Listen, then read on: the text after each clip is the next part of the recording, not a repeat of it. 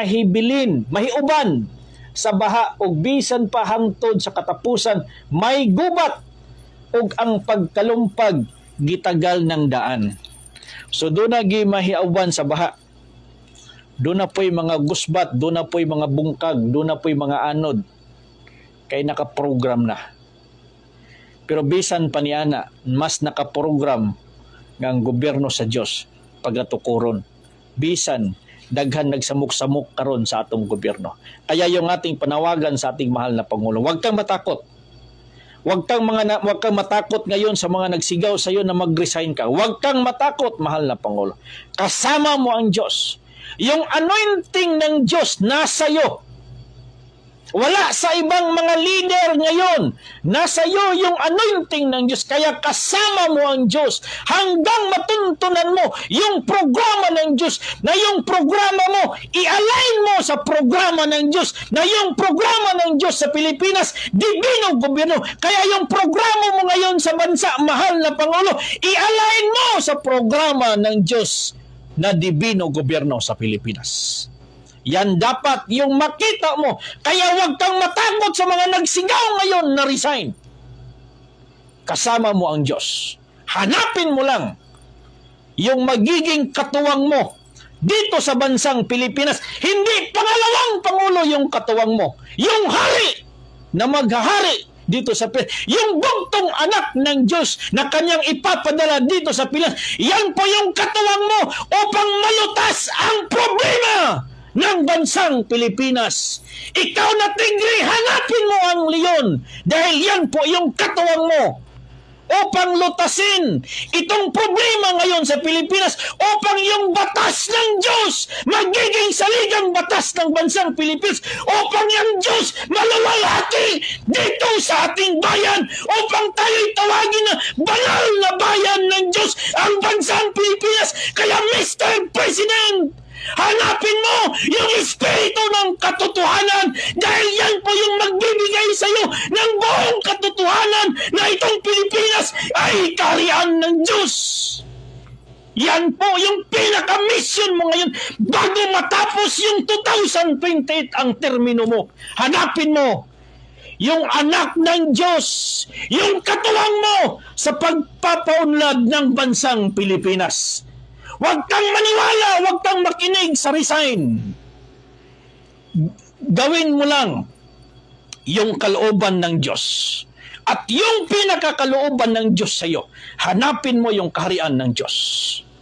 Hanapin mo yung espiritu ng katotohanan. Dahil yan po yung magbibigay sa iyo ng buong katotohanan upang mamulat ka sa katotohanan at buong sambayan ng Pilipinas mamulat sa katotohanan na dito sa Pilipinas luwalhatiin ang nag-iisang Diyos na si Jehovah, ang Diyos sa langit at ng Diyos sa lupa at ng Diyos ng buong sambayan ng Pilipinas. Walang iba na maluwalhati. Ang Diyos sa Israel na umalis at nandito na sa bansang Pilipinas. Jehovah ang kanyang pangalan. Yan po yung pinaka-mission mo ngayon, mahal na Pangulo. Kaya huwag kang matakot sa kanila. Hindi pa umabot yung kanilang, kung marami silang nanawagan ngayon, na ikaw ay mag-resign. Mas maraming mga espiritu ang nasa paligid mo na hindi nakikita ng mga ordinaryong mga mata. Kagaya po sa panahon po ni Eliseo, nung sinay pinaligiran po ng mga kawal ng kalaban at nakita po ng kanyang alagad na napakaraming kaaway na sa paligid po nila. Takot na takot po yung kanyang alagad ni Eliseo. Pero si Eliseo nanalangin po sa Diyos, nabuksan ang mata ng kanyang alagad upang makita niya kung marami yung kaaway, mas maraming nakapaligid sa kanya na mga kawal ng Diyos. Kaya Mr. President, mas maraming nakapaligid sa iyo ngayon na espiritual na mga anak ng Diyos. Sundin mo lang yung kalooban ng Diyos. Hanapin mo yung kanyang kaharian. At yung hari na maghahari sa kaharian na yan, yan ang katuwang mo upang malutas itong problema ng bansang Pilipinas. At maluwalhati ang Diyos ang nag-iisang Diyos na dapat luwalhatiin. Kaya nga sinabi ni former President Ferdinand Idrelin Marcos, magiging one God, one nation, one people, one country under the divine government of the Philippines. That is the perfect plan. That is the perfect will of the Father in the Philippines. Kaya Mr. President, ma-align mo yung programa mo sa programa ng Diyos. Hindi agila yung katuwang mo. Ikaw na tigre, yung katuwang mo, leon. Leon yung katuwang mo. Kaya hanapin mo yung leon. Yung hari. Yung lion sa tribo ni Judah. Yan po yung iyong katuwang upang malutas itong bansang Pilipinas. Kaya itong panalangin po natin na sana sa panahon na ito, dumating na sana ito, mensahe natin ngayon. Sa ngalan po ng Diyos, sa ngalan po ni Jehovah, sa ngalan po ng DGP, sa ngalan po ng Alpha Omega, the highest kingdom of God in the Philippines. Sana marinig mo itong mensahe ngayon na makita mo yung katotohanan. Mabuksan po ang iyong mata na makita mo na mas marami pala ang mga alagad ng Diyos kaysa mga taong nananawagan na ikaw ay mag-resign. Na mabuksan kung mayroong third eye, fourth eye, fifth eye, sixth eye, ilang eye ba dyan? Basta hindi lang EI. Basta hindi lang mabuksan yung isipan, yung damdamin, yung seven senses mo, makita mo na mas marami pa pala yung mga nakasuporta sa iyo ng mga espiritual na hindi na nakikita kaysa nakikita ng mga mata.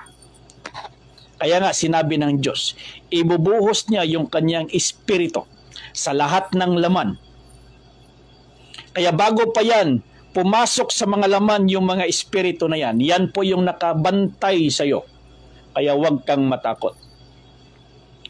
Hanapin mo lang yung divino gobyerno, yung espiritu ng katotohanan, dahil yan po yung magsasabi sa iyo ng buong katotohanan.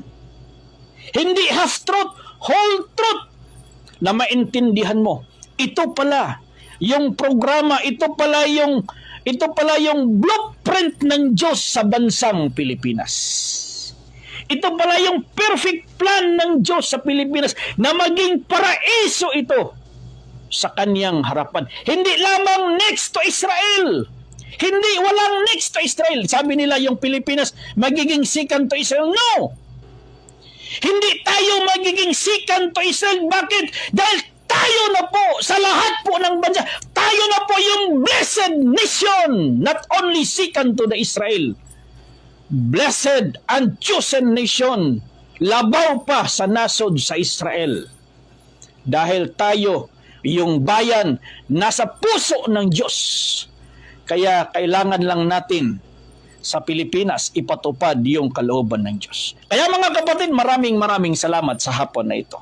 Salamat po sa ngalan po ng Alpha Omega, the highest kingdom of God. Sa ngalan po ng ating dakilang lumikha na si Jehovah. Maraming salamat po. Sa mga nanonood po sa atin, marami pa sana tayong gagawin o tatalakayin. Pero baka ano na yung pandinig nyo dyan,